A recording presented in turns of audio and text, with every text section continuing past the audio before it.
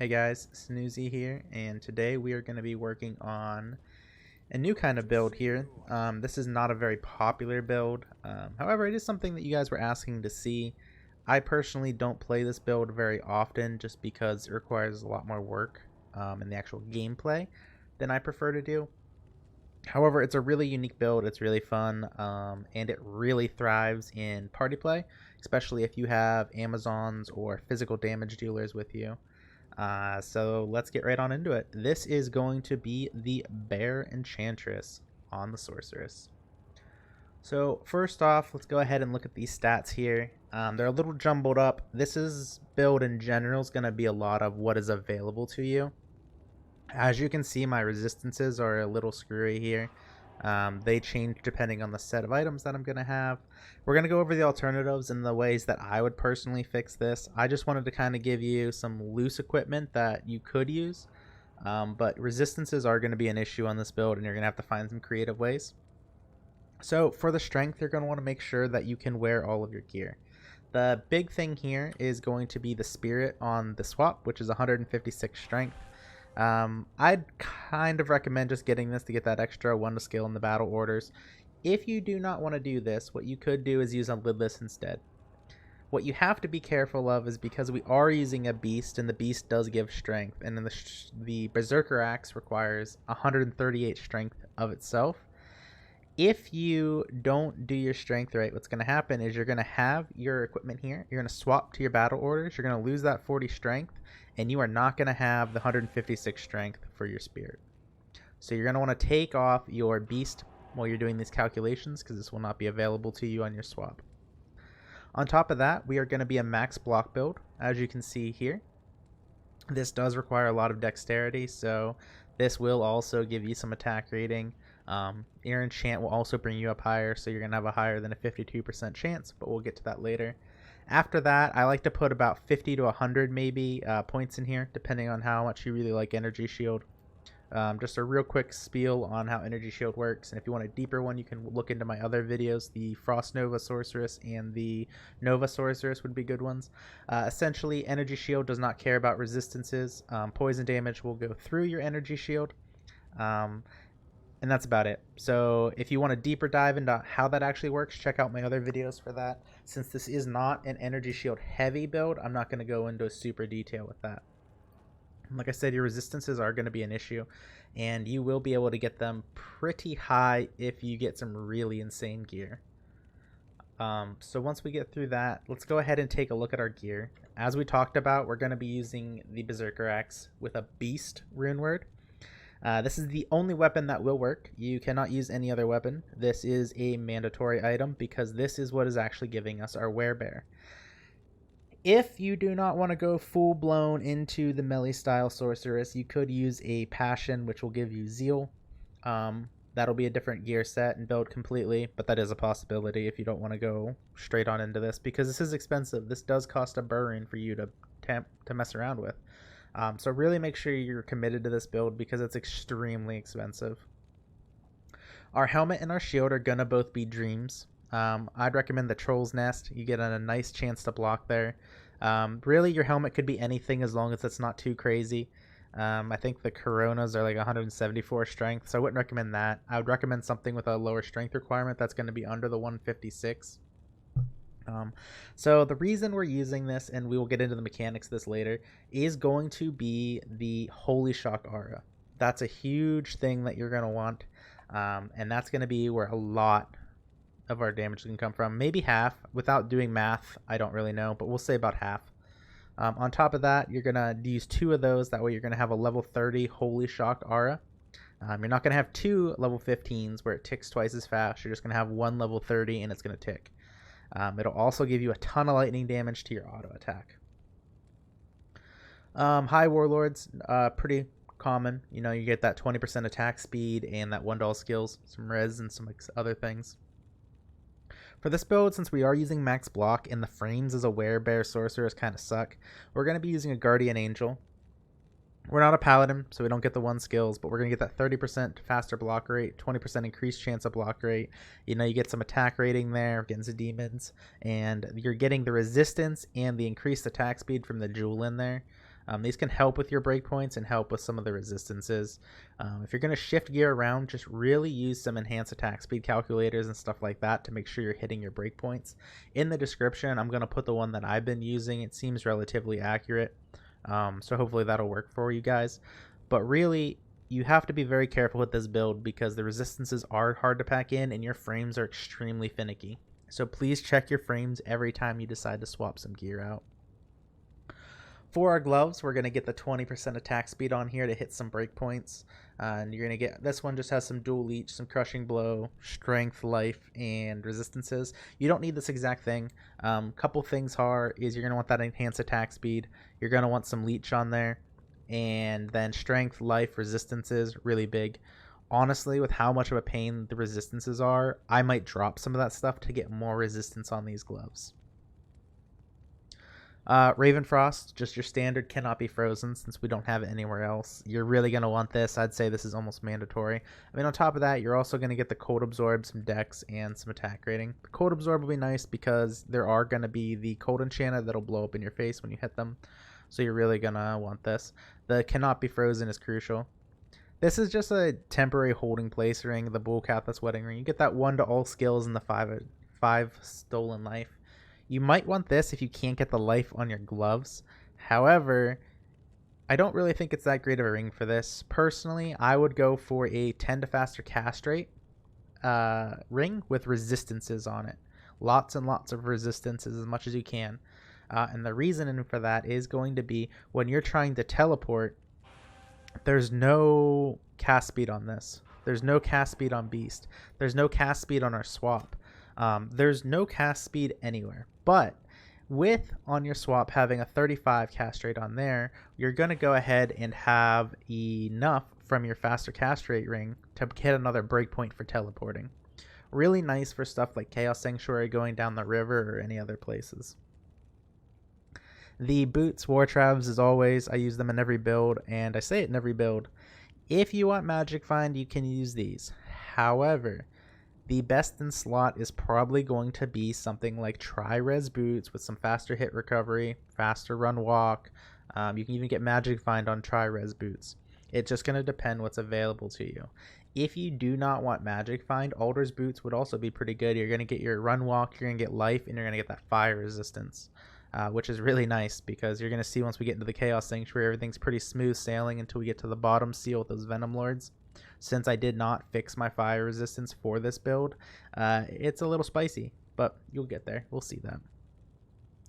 Now, we'll talk a little bit more about this on the mechanics once we get there and how this build actually functions. But you are also going to have a superior phase blade. Doesn't have to be superior, but might as well be. 6 socketed, and you're just going to put 6 share runes in there for a 120% increased attack speed. This will make sure that you're hitting the max breakpoints and you're swinging as fast as possible. This is the reason I don't like playing this build, because I don't like swapping my weapons around. If you're lazy like me, I'll actually just keep the beast here. It'll be slower, it'll be less efficient, but I hate swapping weapons around. If you don't mind that, go with the phase blade. It's going to be a lot smoother. So now that we have the stats and the skills out of the way, we're going to go ahead and the stats and the gear, we're going to get into the skills now. As always, we're going to put 1 point into the frozen armor just to get that freeze. It also does give you some increased defense rating, and since you are melee, that will be nice to have. For our lightning skills, we're going to put 1 in static just because it's static and it's nice to have. And we are going to use energy shield, so get 1 point all the way down to your energy shield. Lightning mastery needs to be maxed. The reason for this is our dreams are giving that holy shock, alright, right? Well, holy shock is giving us damage to our melee attack, plus it's zapping everything around us. Lightning mastery increases for us 458% of lightning damage. It doesn't have to be the sorceress lightning damage. It's just lightning damage in general. The last thing you're going to max is the telekinesis. The reason for this is going to be part of your defense. It's the synergy with energy shield, and it's the reason why we're only taking a mana consumed per damage of 75% is because we max this telekinesis. Personally, my recommendations would be to max your lightning mastery first, switch over to your fire skills, and then we're going to max enchant, fire mastery, warmth. Then I go and max the telekinesis. Technically, you could max telekinesis before warmth, and I think you'd be okay. You'd be a little bit more defensive. So enchant is where you just enchant your weapon and it does more fire damage and you have higher attack rating. But what's great about this is you can add this to your party. You can even put this on your mercenary. That means your mercenary is also getting this additional fire damage, or anybody in your party you cast it on. Really helpful if you have like a bunch of bow Amazons or stuff like that in your party. Can really help. And even if you're fighting like fire immune monsters, you're still getting that attack rating, which can really help a lot of characters, especially if they're under geared. So with this is going to split your damage because you're going to have the enchant fire damage and you're going to have the dream damage. So you're doing fire and lightning, which means that you really don't need a Sunder Charm here, because what's going to happen is you're splitting your damage, plus you have your mercenary for the physical damage, so you're kind of hitting with 3 elements here. If you want to, you could use a Sunder.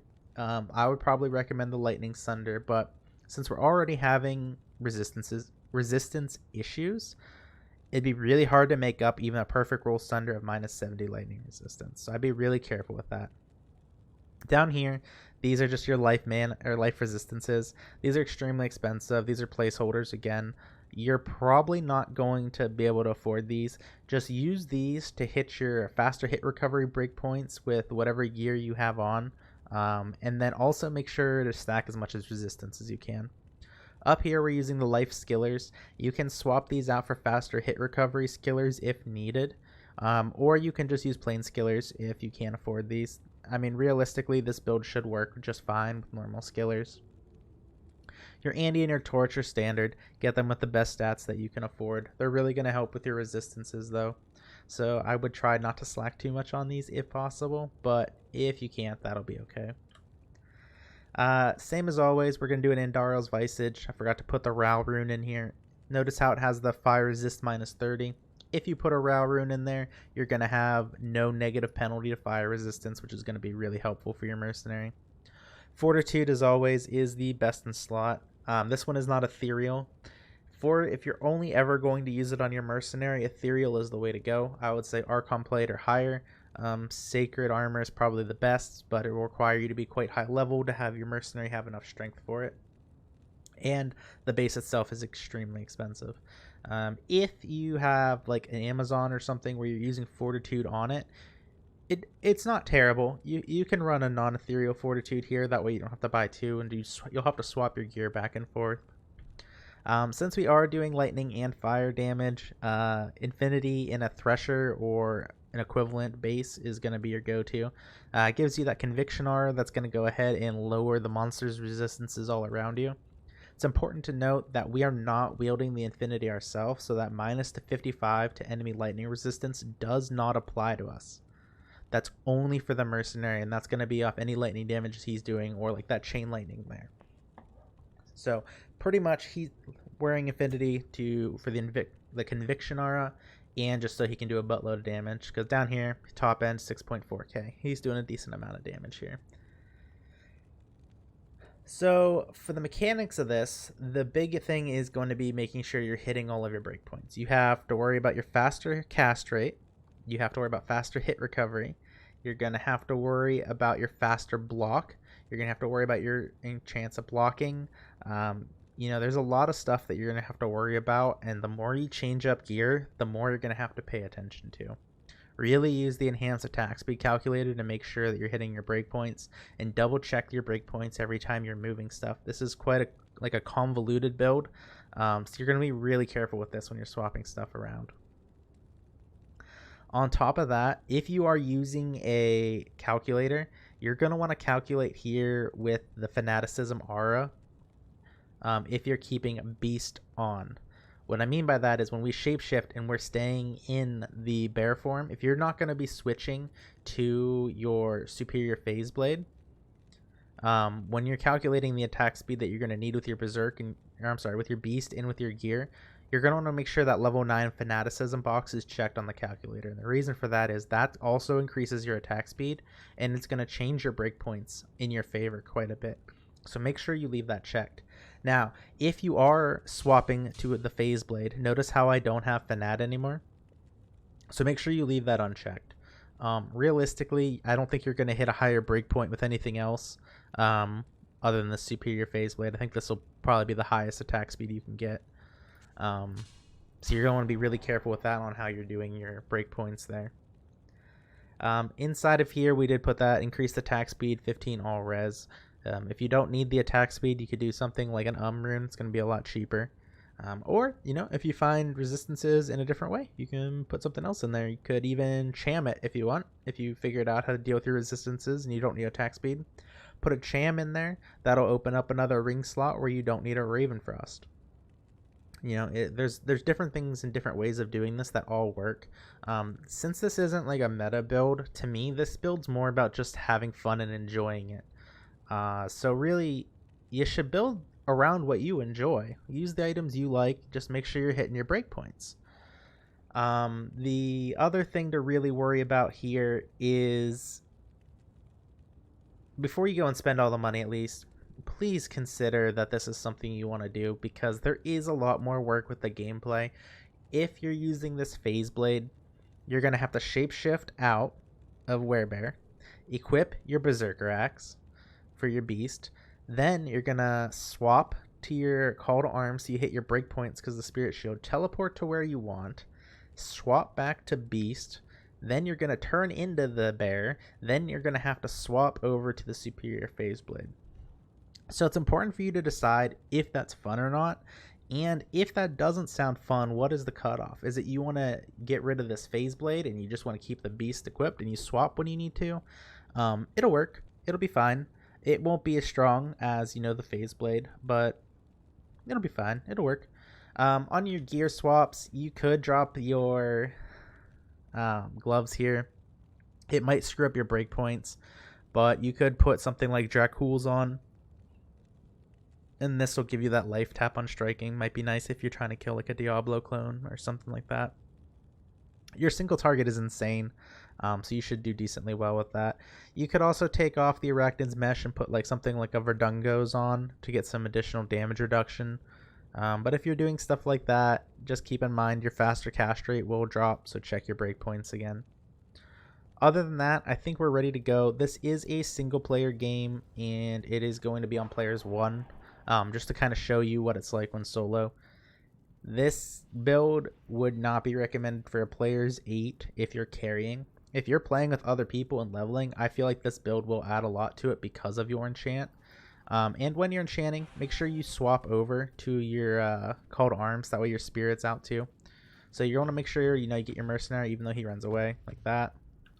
You're going to buff up with your energy shield, frozen armor, enchant.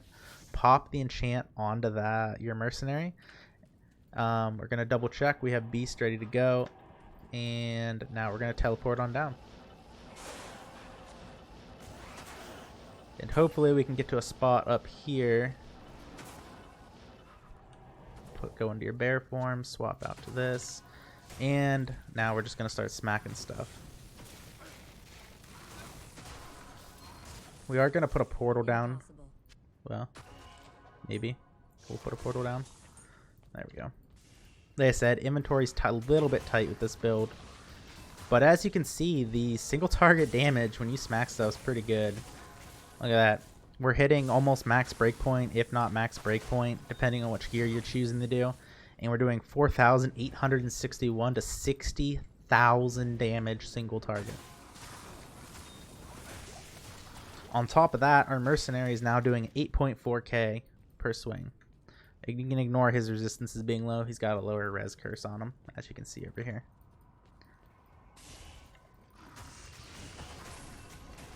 And we're just going to continue bashing around. That was a 3-shot there. There's some juvies. You do have to be careful because, like I said, I did not fix our resistances for this one. I could have used character editors and got the perfect gear and stuff like that, but I don't feel like that's feasible for most people. I think I would rather show them with a little bit of a jank in here and then provide you guys the alternatives of how you can fix it. It really depends what you're looking for. I'm sure there's other guides out there if you want the absolute perfect best in slot for literally everything bear, but it's going to be extremely expensive. I mean, try res boots alone with faster hit recovery on them and run walk or something like that. I feel like that's just out of the price range of most of your players here. But I mean, if you can swing it and you just love the bear sorcerers, you can go for it. This is the seal I was talking about that might be a little bit iffy because we did not fix our fire resistances. But as you can see, our damage is pretty good still. Gonna keep using those, get your mana back up because we are using an energy shield. And unfortunately, even though he was a fire and a lightning immune, did you see how quick the mercenary still was able to dispatch him? So it's actually, I think, impossible to have somebody immune to all of the damage that we're putting out. And Diablo's dead. Drops us a nice little Maelstrom wand, I think that is. And out we go. So this is a really fun build, honestly, to tinker around and play with here and there. I personally wouldn't play this as my main character because it is more effort in the gameplay swapping the beast and the phase blade than I'd really want to. If you really don't want to, though, we'll just go to Frigid Highlands real quick just to kind of show what this is going to be like. Well, let me shapeshift out of this, do some battle orders again, and rebuff. I don't think I need to, but I want to make sure you guys are seeing the actual effect here, and not that something fell off.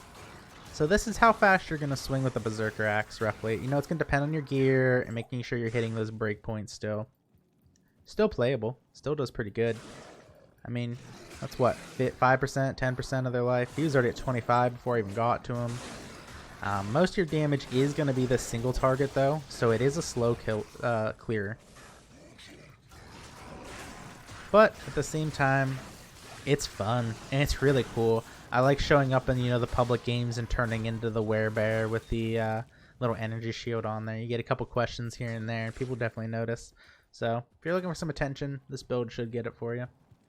But as always, if you have questions, reach out to me in the YouTube comments. I try really hard to make sure I get back to you guys and answer all your questions.